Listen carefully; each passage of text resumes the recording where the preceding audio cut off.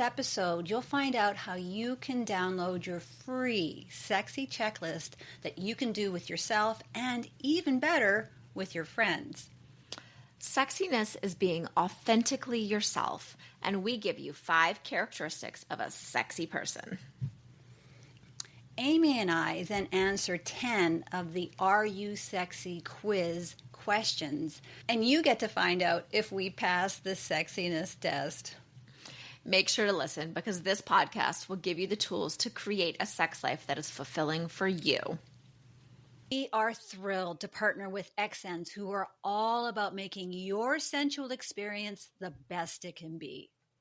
Xsense has an amazing and luxurious cooling arousing gel that is perfect for those motivate me moments that we'll tell you about halfway through this podcast. We love what Xsense is doing for your sensual and sexual experience. Check them out at xsens-usa.com. That's EXSENS-USA.com. Welcome to the Sensational Sex Podcast, where we help women in long-term relationships thrive after the honeymoon stage is over. Are you a woman who wants a deep, intimate, and satisfying connection with her partner? Of course you do. Amy Rowan and Dr. Trina Reed have the answers, and all you have to do is join us each week. Soon, you'll be that woman who effortlessly has a satisfying sex life. Follow us on social media at Sensational Sex Podcast. Share this episode, leave a review, and thank you for subscribing. Now, let's start the show. Hello, beautiful people. I'm Dr. Trina Reed, and thank you for listening to the Sensational Sex Podcast. We're so happy you're joining us. I'm Amy Rowan, the suburban sexologist. Even though your sex life will never be perfect, you can create a sex life that's perfect for you, and we're here to help you with that. Hey, Amy, nice t-shirt. Thanks. I like your t-shirt too. Wait, do you have a coffee mug? I do. Second. I love it. I need one. Amy, why does every listener need a Motivate Me t-shirt and coffee mug? This is an easy way for you to learn to initiate sex and ask for what you want. This t-shirt is like a Swiss Army knife. It's an easy way to initiate sex, communicate, and ask for what you want. Imagine what your partner would say if they saw you wearing this. I know exactly what your partner's going to say when they see you wearing this, and it's going to be amazing. They're going to be so happy. Everybody's going to be happy. So if you want your very own Motivate Me t-shirt and coffee mug, you're in luck. We're doing a limited sale from November 11th to 25th. Go to our website, sensationalsexpodcast.com, to find out more. Pick yours up today, and you have one more week to get it. You know what I really love about this too? Is you can wear this out, and nobody would really know what this is, but for you and your partner, this is kind of a little inside joke. It's a secret code. Yeah, secret code. I love this. This is the one if your partner never quite picks up on your cues, or if you have made it a goal to initiate a little bit more, you can just put on your t-shirt and they will be running to the bedroom with you. Yeah, it's fun, especially when you've been partnered for a long time and you have a secret sexual code. I mean, it's just an easy, fun way to inject sexiness into your partnership. And I love having a secret code too. I had one client, a couple client of mine, their secret code was you want to get some Starbucks. So it's nice to have a way to signal to each other that it's something that you're both looking for rather than just waiting for someone else to say the right thing or do the right thing. That's right. Especially when you can do it in front of your kids and your kids have no idea. And that's even funnier because they have no idea. Yep. Even better, even better. Well, in our last podcast, episode 10, we discussed feeling worthy. Feeling sexy and expressing your sexuality are rooted in feeling worthy. And on today's podcast, we're going to discuss what being sexy means. So in the second half of our podcast, we're going to go through a sexy checklist that I developed. And as a thank you for listening to this podcast, we are going to tell you how you can download this sexy checklist for free at the end of the podcast. You can share this checklist with all your gal pals. And in fact, a great idea is to go out with your friends, have a few margaritas, and answer the questions. I especially encourage you to go out with those friends that love to build you up, because if you are feeling a little less than sexy, the best thing that you can do is go out with that friend, go through this sexy checklist, and anytime you've got a little doubt, have her tell you exactly how awesome you are. You know, I've always found one of the best aphrodisiacs is going out with your friends and having that lift from your friends. And then you come home to your partner and you're feeling good about yourself and you want to get some. So this is just a fun, easy way to lift yourself up and your girlfriends. Yes, absolutely. So what is sexy? You know it when you see it, but what are the qualities that make up someone being sexy? Yeah, we think of sexy as someone who looks good on the outside, but all the research points to sexiness coming from the inside. And I'm sure we've all heard that the sexiest women are the most confident women. So how can someone tap into that sexual confidence? The closer you get to being your most authentic self, the more self-worth, self-esteem, and confidence you will naturally have. So you're saying that sexiness is just being yourself? I love this. I agree with this. Something that I have said in many, many years of doing parties for women, intimacy toy parties, was that sexiness begins in the brain, and the sexier we feel on the inside, the sexier we feel on the outside, and vice versa. And so it kind of really all builds on itself. So here are 5 characteristics of a sexy person. So characteristic number 1 is you're comfortable in your own skin. Psychologists have known for decades that simply believing you are attractive increases your desirability by others regardless of your physical appearance. Research predicts that one of the reasons confidence is so sexy is because it's hard for us to judge the value of a potential partner right away. We assume that people know themselves best, so we use their self-confidence or lack of it as a gauge of how valuable they actually are as a partner. The second characteristic of someone who is sexy is that they know how to make other people feel good. Someone who can make us feel good lights up the reward pathways in our brain, and it motivates us to want more. And this makes people want to share more of themselves with other people. Charming people are charming because they are very interested in you. That's the truth. The third characteristic is you know your worth. People who know their own worth are selective about who they give their time and attention to, which means they will naturally be less available to someone with low self-esteem.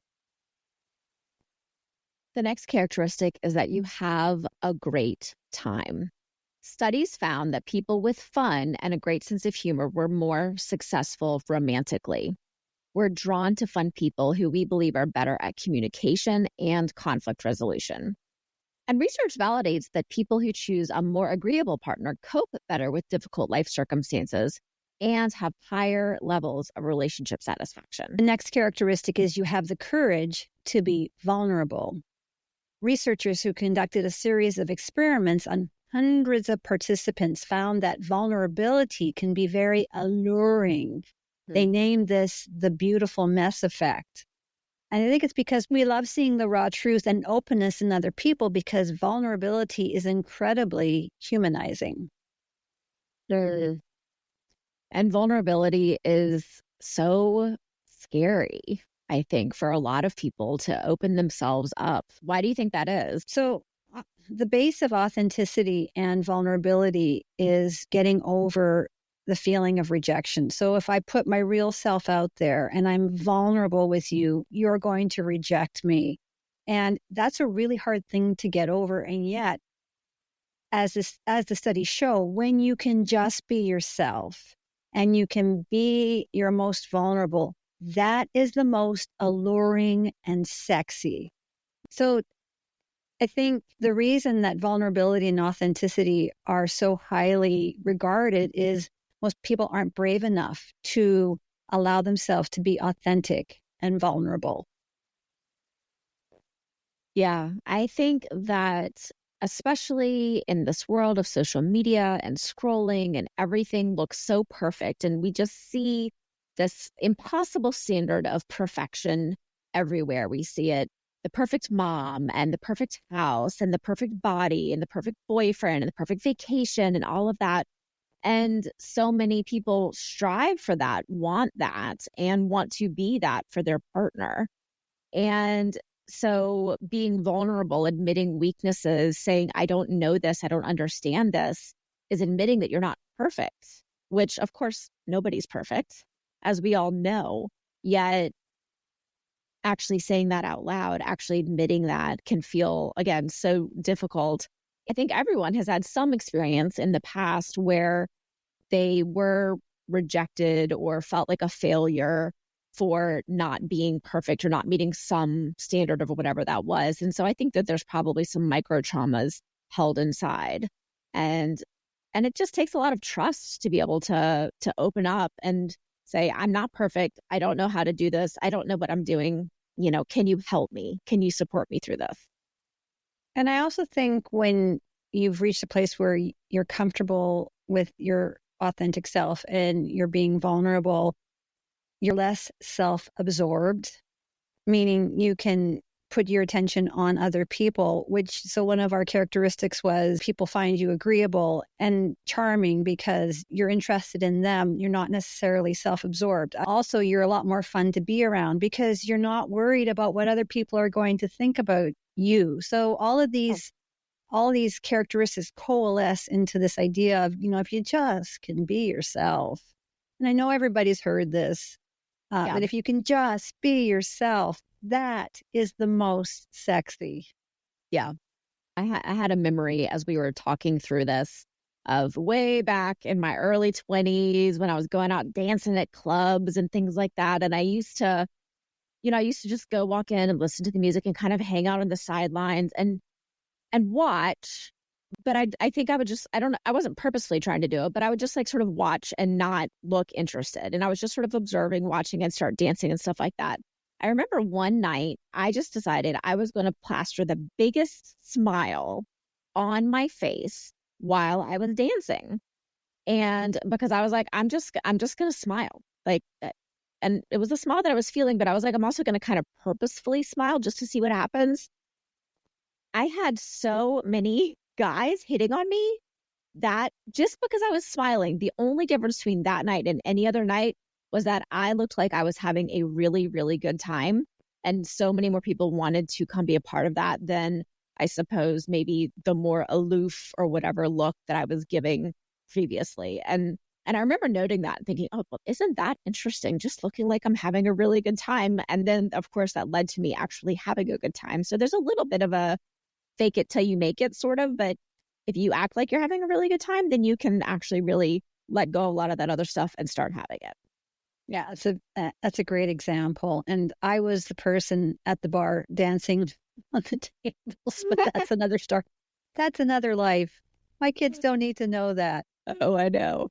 There's some things. I mean, I don't think our kids are going to be listening to this podcast, but yes, there's definitely some things we can keep to ourselves there. The past. And now, a word from our sponsor. What happens when you're not in the mood for sex and your partner is giving you the look? Instead of feeling pounced upon and not into it, you need to have a contingency plan. So initiation rituals will help to wake your body up in its arousal. And the best part is it only takes a minute. Hi, I'm Amy Rowan, the suburban sexologist from the Sensational Sex Podcast. And I'm Dr. Trina Reed, and a big thank you to XSens for bringing you these sensual arousal tips. Has there ever been a time in your relationship when your partner was giving you that look? You know the one. Or maybe they were rubbing your leg or nuzzling your neck and you knew what was on their mind, but it was the last thing on yours. Well, Amy, I've been married for 22 years, so what do you think? Exactly. We have all been there. And sometimes we just need a little motivation to get from to yeah. And that's where you need to grab the Xsense Cooling Arousal Gel from your bedside table to give you a cooling zap of arousal. Now, you might be asking if arousal gel actually works. And I'm an academic, so I want to know if it actually works too. So in one study, which included 500 sexually active heterosexual women between the ages of 18 and 59, 79% of respondents noted that the arousal product met or exceeded expectations. 78% of respondents reported increased sensitivity in their genital area, and of these, over 90% believed that the gel made their intimate experience even better. And most agreed that the gel enhanced arousal, orgasmic intensity, pleasure, and satisfaction during their sexual activity. The best part, it's super easy to use. Apply a small drop to your clitoris, penis, nipples, or anywhere that cooling is desired to discover intense and explosive sensations. And here's my pro tip. Cooling arousal gels are super strong, so just use one little drop to start. You can always add more, and the best thing is there are up to 100 applications per bottle. This is best to apply yourself because partners can sometimes get carried away in the heat of the moment and they might think it's a lubricant. So keep this on your side of the bedside table. So there are 3 body-safe and flavored arousal gels to choose from. There's raspberry mint, hot vanilla espresso, and the award-winning ginger lychee. And best of all, it's body-safe, vegan, paraben-free, condom-friendly, and there are no petroleum-based ingredients. That's amazing. And it gets even better. So go right this second before something in your busy life gets you distracted to the Xsense website. That's xsense-usa.com and use the coupon code SENSATIONAL and you will get 20% off. Are you curious to see what a cooling sensation can do for your sensual and sexual satisfaction? Of course you are. So make sure to have this discreet bottle of Xsense arousal gel in your bedside table and find out how it changes your sexual experience. All right. Well, it is time to do our sex IQ.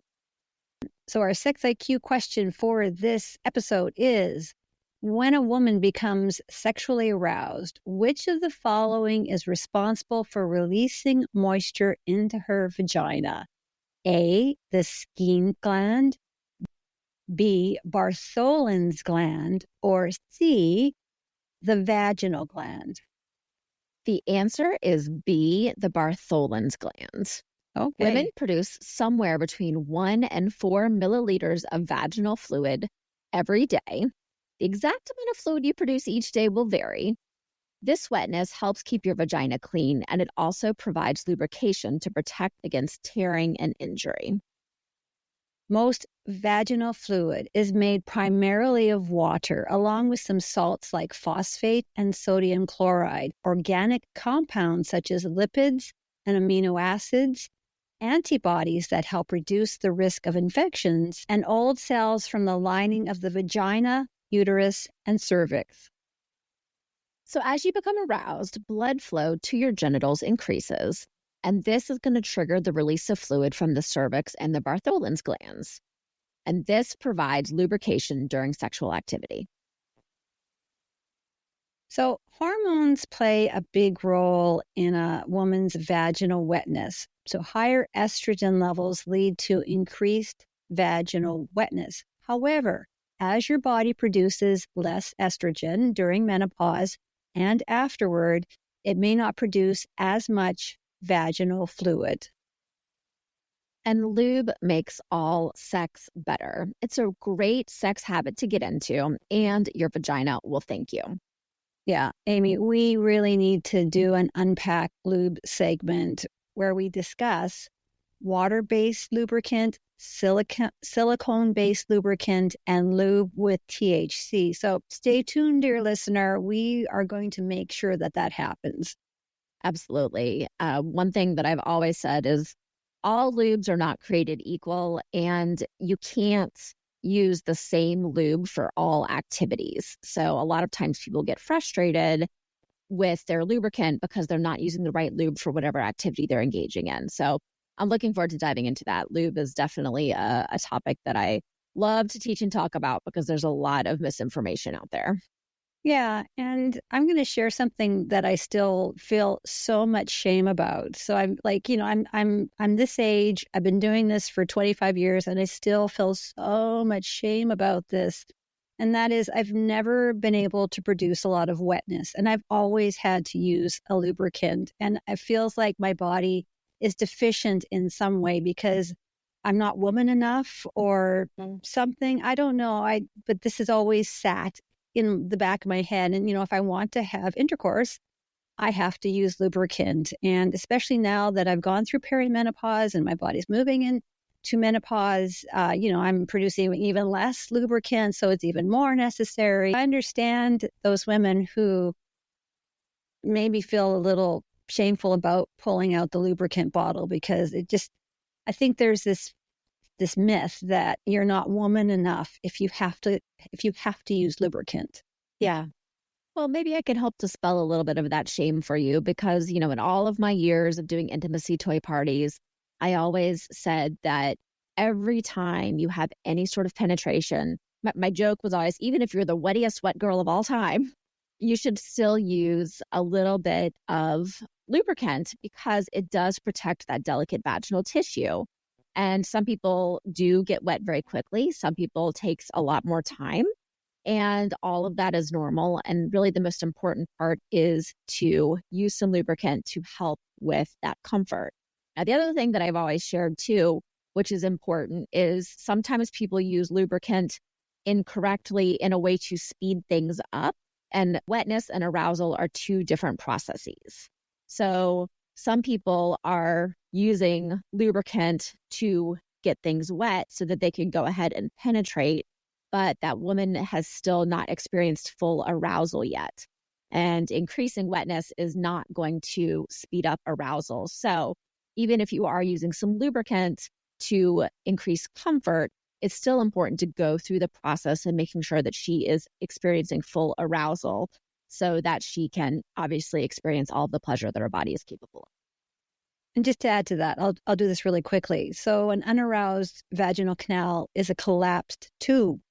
And similar to the penis, you need blood to engorge this tube so it opens up and becomes a tube. And if you are trying to have sex, a quickie sex with a collapsed tube, it's going to affect your vaginal tissue. That's why it's so important as best you can to incorporate foreplay and make sure that you are a bit aroused so that your vaginal canal starts to form into a tube. Yes, thank you for sharing that. I've always described it as a vaginal barrel, so it's a similar concept. And I think once people have a better understanding of the anatomy, then it starts to make a lot more sense. So I'm really glad that you gave that analogy. So this is the part of the podcast where we are going to put on our sexologist hats. And what we discussed were big ideas, but how can you start being sexy today? It starts with an awareness.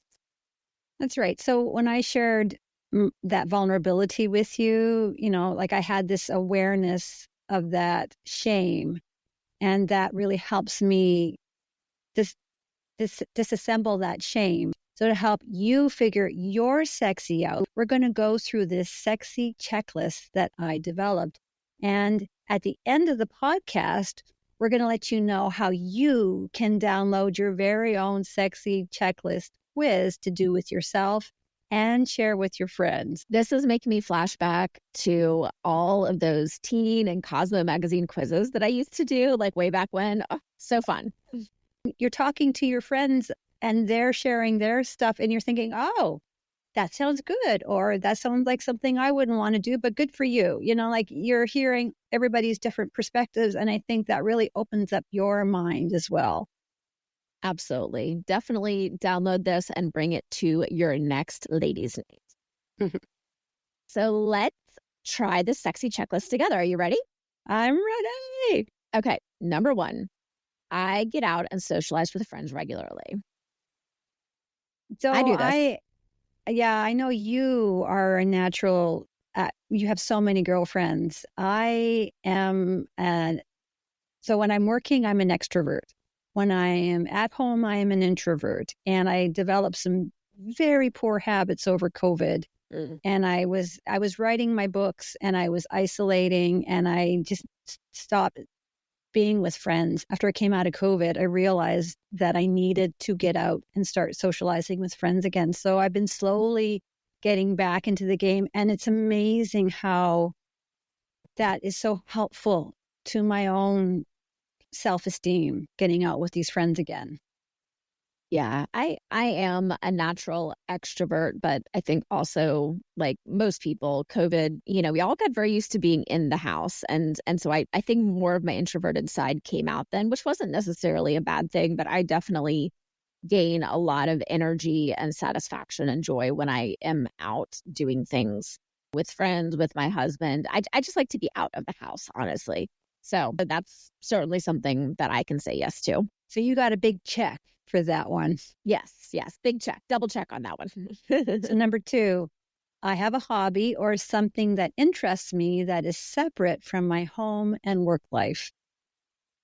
This is one that I developed actually also sort of in a reaction to COVID, but early that fall of 2020, I picked up a tennis racket for the very first time. And I joke that how hilarious it was because I played violin, I acted, I was artsy fartsy, like kid and teenager and young adult. Like sports, doing anything athletic or anything that made me sweat was not my thing. But I started playing tennis it was an easy sort of thing to do, social distancing, and I was doing it with a couple of my best friends. And it was so fun, and I'm completely addicted. And in fact, I won my 3rd round playoff game for singles last night. So I'm actually starting to get kind of good. And it's been really fun learning something new in my 40s. And also it's something that's mine. I get to leave the house. And it's just very rewarding. And so that's giving you a lot of confidence. Yeah. Okay. Yeah. Absolutely. Plus, tennis skirts are kind of cute. They are. They're really cute. So I'm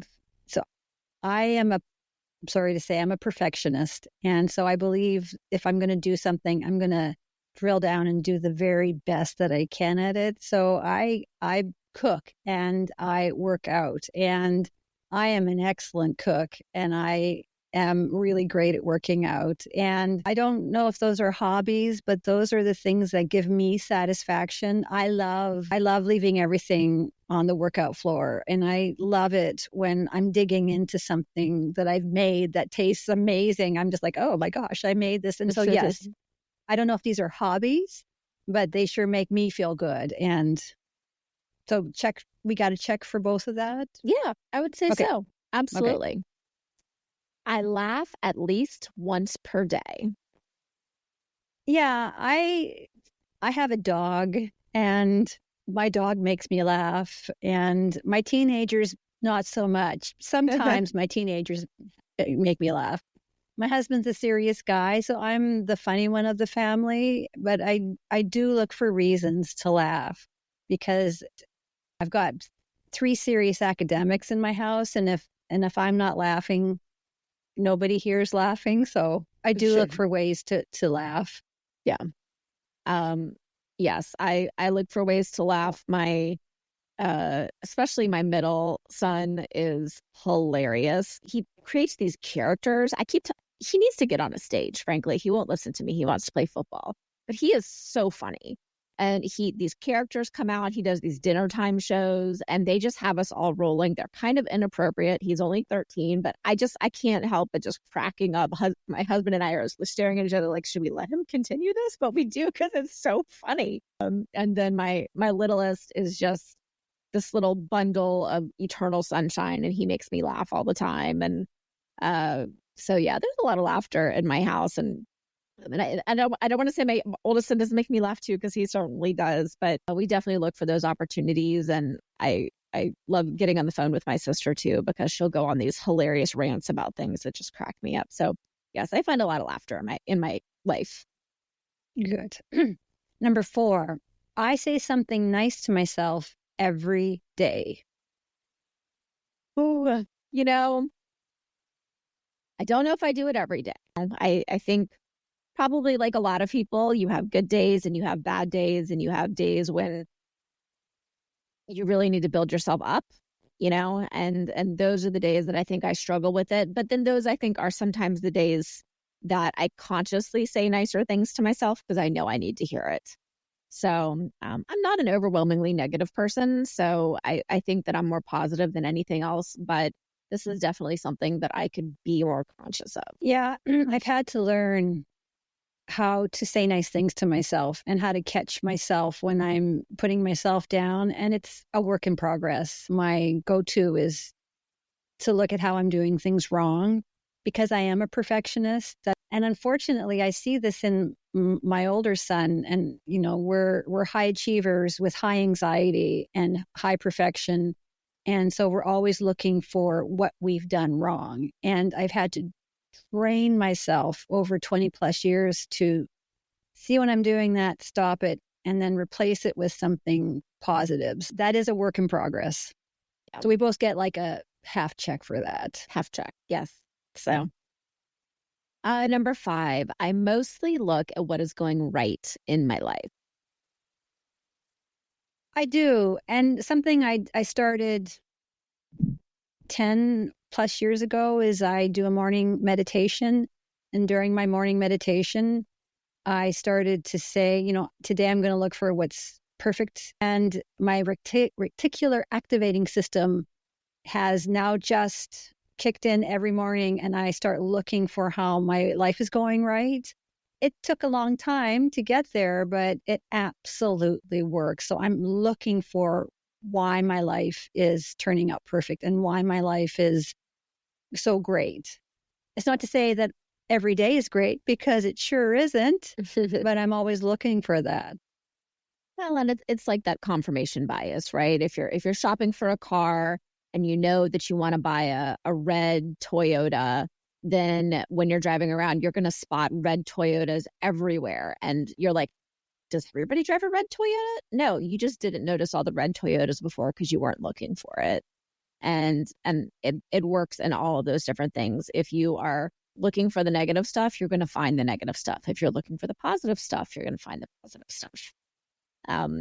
I think I've always been a pretty glass half full kind of girl. I think I can credit this one to my mom, who's a psychologist, and she is just this font of positivity, and she always has been, and she definitely poured that into me and my siblings growing up. And so, I think sometimes it can go almost too far in a way, but I think that tampering it with a slight dose of reality, but still keeping an eye out for the positive things is very healthy. So I would say that I definitely mostly look at what's going right in my life. So I'd give myself a check for that one.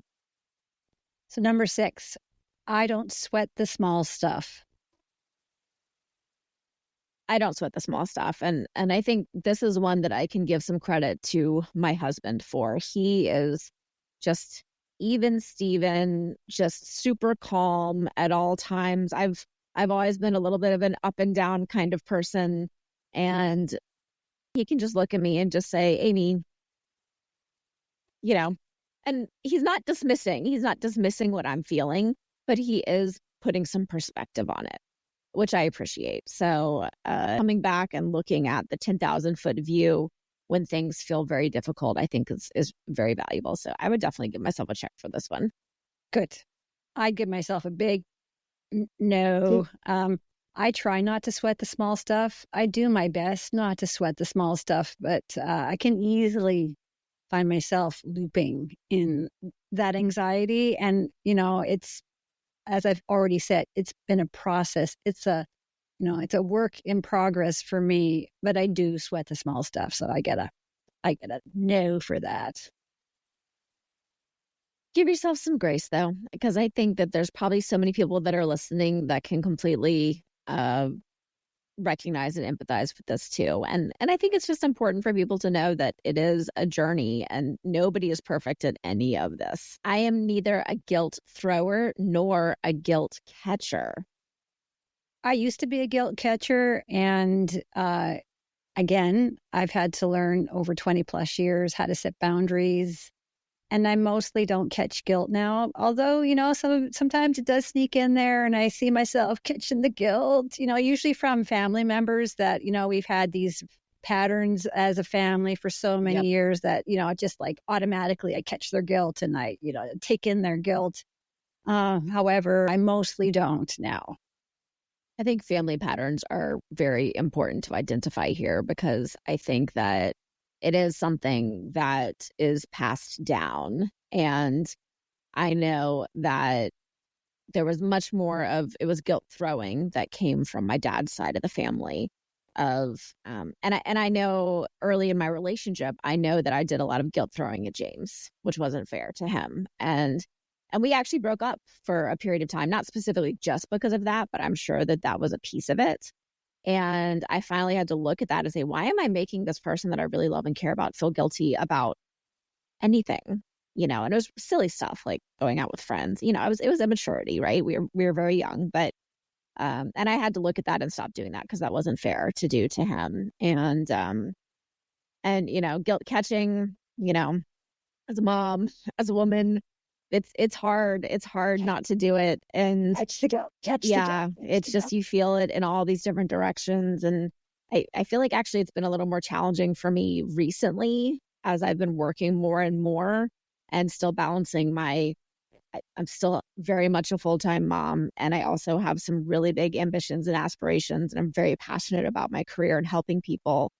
And it's very hard to do both of those things. And it was easier when I was more focused on being a mom because I could just say, oh, well, this is sort of something that I'm doing a little more on the side. Hobby. Yeah, a hobby that makes a little cash on the side, but now it's starting to get real and I want it to, because I have a huge drive and passion to help people. So it's hard to balance that. So I struggle with that more now, I think, than I did the guilt catching. Guilt throwing, I'm much better about. Good.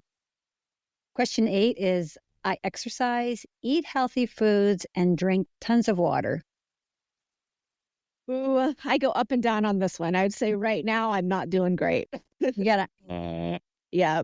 Like 6 months ago, I would have given myself some good. This is a eternal roller coaster for me because I am very much, especially with this, I am all or nothing. When I'm eating well, I naturally start exercising, or when I'm exercising, I naturally start eating well. They go hand in hand for me. And then I start drinking lots of water and all of that. And then if it falls off, it completely falls off. And right now I would say I'm in a fall off point. I need to get back to it. School started today. Yeah. So self-esteem is ephemeral, meaning it wanes and waxes. And, you can't just be self-confident all the time. It's going to come and it's going to go. And I think having that awareness of what's happening is going to help you get you back on track. So the answer for me is yes, I do eat healthy and I do exercise. And that gives me a lot of confidence. So I get a big check there. As it should.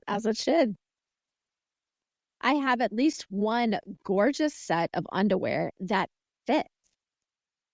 So when I first got married, I had multiple sets of beautiful lingerie. That's my thing. I love having it. And it was like a big tease foreplay for my husband because I would pull some out before he went to work and I'd put it on and I'd say, wait till you get home. And then he'd be thinking about me in these beautiful lingerie. Fun. And, it was such a nice couple thing that we got to do. And then I got pregnant. And even though I'm back to the size that I was pre-pregnancy, my body shifted.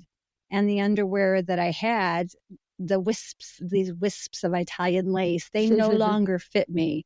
So I had to throw the hundreds and hundreds of dollars of lingerie out. And then I had, after my second baby, and then I went through perimenopause, and my body was shifting and changing. And I felt so discouraged about buying an expensive piece of lingerie. It just didn't seem worth it, especially when my kids were little. I just had no desire to do that at all. So now I'm getting back into buying the beautiful sets of lingerie, and it's so much fun. I just love it so much. It's interesting because I don't own any beautiful lingerie, but my husband shops for, he likes certain types of panties and things like that. So he has bought a lot of different things for me. And is it something that I would necessarily choose? I don't know. Maybe not, but he loves it, and that makes me feel beautiful. And so kind of flashing back to what you did earlier on in your marriage, like we do that now where I'm just like, I'm like, here's the pink ones. And he loves it, and then that makes me feel really good. It's just fun. It's just a fun, easy thing you can do as a couple. And, yes, absolutely. And we both work from home, and with the kids gone, I can put on something like that, and I can have a skirt on, and I can give him a little peekaboo. And, and he's like on a conference call, and I'm like, I'm so sorry you're on that conference call. Like, I want to go upstairs. So it's fun. It's bringing that playfulness back into it. So yeah, I'll give us a check for that. It's not necessarily a set of underwear, but I would say it qualifies. So I think we've answered question 10. So if you said yes to number 9, that you do have a good set of lingerie, I wear this gorgeous set of underwear at least every couple of months. Pull it out of the drawer. Pull it out of the drawer. It doesn't do anyone any good if it's stuck in the back of your drawer. And something a lady said to me a few years back is, even if your underwear is really uncomfortable, you don't have to wear it for very long. So it's not like you have to wear it like all day under your clothes. You know what I'm saying? If it's that kind of underwear that's scratchy, or not that I'm promoting scratchy underwear, but I'm just saying if it's not the most comfortable fit, it's not going to be on you that long. So pull it out. Yeah, absolutely. So when someone gives me a compliment, I look them straight in the eye and say, thank you. I feel great. I do this now. I never used to do this before. And the reason I do this now is because I wrote this quiz a few years back.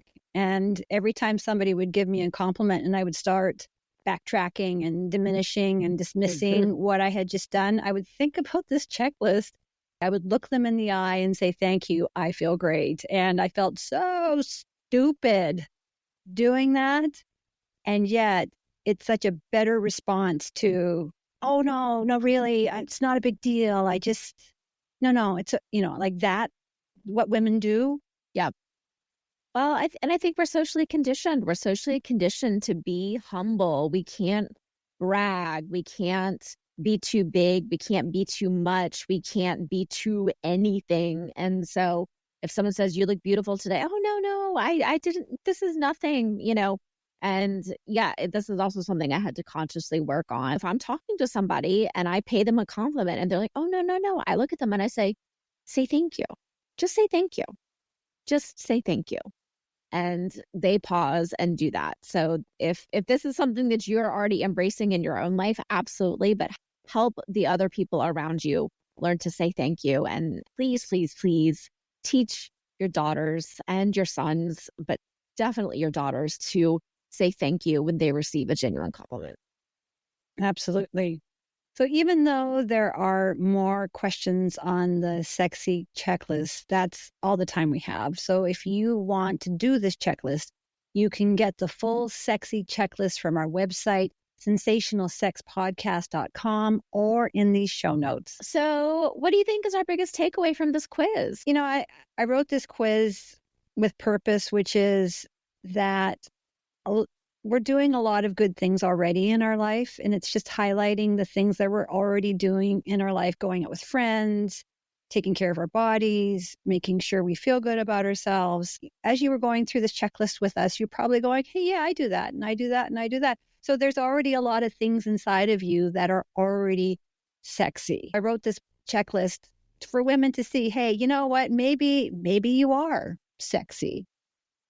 What stood out for me is that you and I had some different answers, and there were some things that I felt like I was doing well on that you didn't, and there were some things that you felt like you're doing well on that I wasn't. And I think what's important to highlight is that we're not striving for perfection here. This is all a work in progress, and we're not judging each other. And it's also just a good reminder of, like, again, when you were talking earlier, if we focus on the things that we are doing rather than focusing on the things that we aren't, and celebrating each one of those, and rather than be like, oh my gosh, okay, I gotta go drink more water now. No, but I'm feeling good about myself. I've got a great hobby. I just won a playoff tennis match game. I'm learning something new, and that's awesome. And I'm gonna focus on those and take that into the bedroom tonight. Yeah. So to recap, feeling sexy is about you being comfortable in your own skin. You know how to make other people feel good. You know your self-worth. You have a great time. And you have the courage to be vulnerable. Though there are many traits that have contributed to your sexiness, they all stemmed from being yourself. Your sexiness shines when you're completely, unapologetically yourself. Can I get an amen? Amen. Amen. Amen. Now, if you want your very own Motivate Me t-shirt and coffee mug, you're in luck because we're having a limited sale from November 11th to 25th. Go to our website, sensationalsexpodcast.com, to find out more. Until the next podcast, stay sexy. Our next podcast will discuss micro-shames and how they silence you by making you feel unworthy, insecure, never good enough, and never let your guard down. There are big shames, and then there are micro-shames. Micro-shames are the shames that go unnoticed, but their cumulative effect can be devastating to your sexual self-confidence. Hi, I'm Amy Rowan, the suburban sexologist. And I'm Dr. Trina Reed, and we're so happy to help your sexuality thrive after the honeymoon stage is over. In this episode of the Sensational Sex Podcast, you'll find out why micro-shames are like a thick coating of black tar that sits on top of what would be a natural and healthy sexual desire and arousal response. Because micro-shames are so tiny and easy to disregard, their power is they keep you looped in insecurity and silent. We go through how one woman, Alexandra, dealt with someone who body shamed her and what she did to get her sexual power back. Listen to the Sensational Sex Podcast, where we give you the tools to create a sex life that is fulfilling for you. Are you ready to experience more passion and more pleasure? In my suburban intimacy practice, I offer one-on-one sex and intimacy coaching for women and couples. Book a complimentary discovery call at suburbanintimacy.com or learn more about my Intimacy Ignite program, your solution to experiencing satisfying and fulfilling sexual experiences and connection, even when you're busy, tired, and stressed. Intimacy Ignite is a curated collection of stimulating sex education, activities, and challenges, whether you are single or in a relationship. Plus, live coaching with me twice a month. Save $10 off your first month with the code PODCAST. You can learn more at intimacyignite.org. Is more fulfilling sex on your mind, but not in your bedroom? Then go to trinareed.com to get your free copy of the Sex Bootcamp Masterclass. While you're there, check out my award-winning fiction book, The Sex Course, that went to #1 in its Amazon category 3 days after launch. Both the Sex Course and Sex Bootcamp Workbook are available in audiobook. If you want to hang with groovy, like-minded, sex-positive women, then join my online courses and the Success community. It's your time to create the sex life of your dreams. It all starts at trinareed.com. Did you love what you learned today? Share this episode with someone who needs it. Friends don't let friends have bad sex. Leave a review for this episode and follow, like, or subscribe on the listening app of your choice. We love hearing from our listeners. Email us at sensationalsexpodcast@gmail.com. You can follow us on all social media platforms at sensationalsxpodcast and join our mailing list at sensationalsexpodcast.com.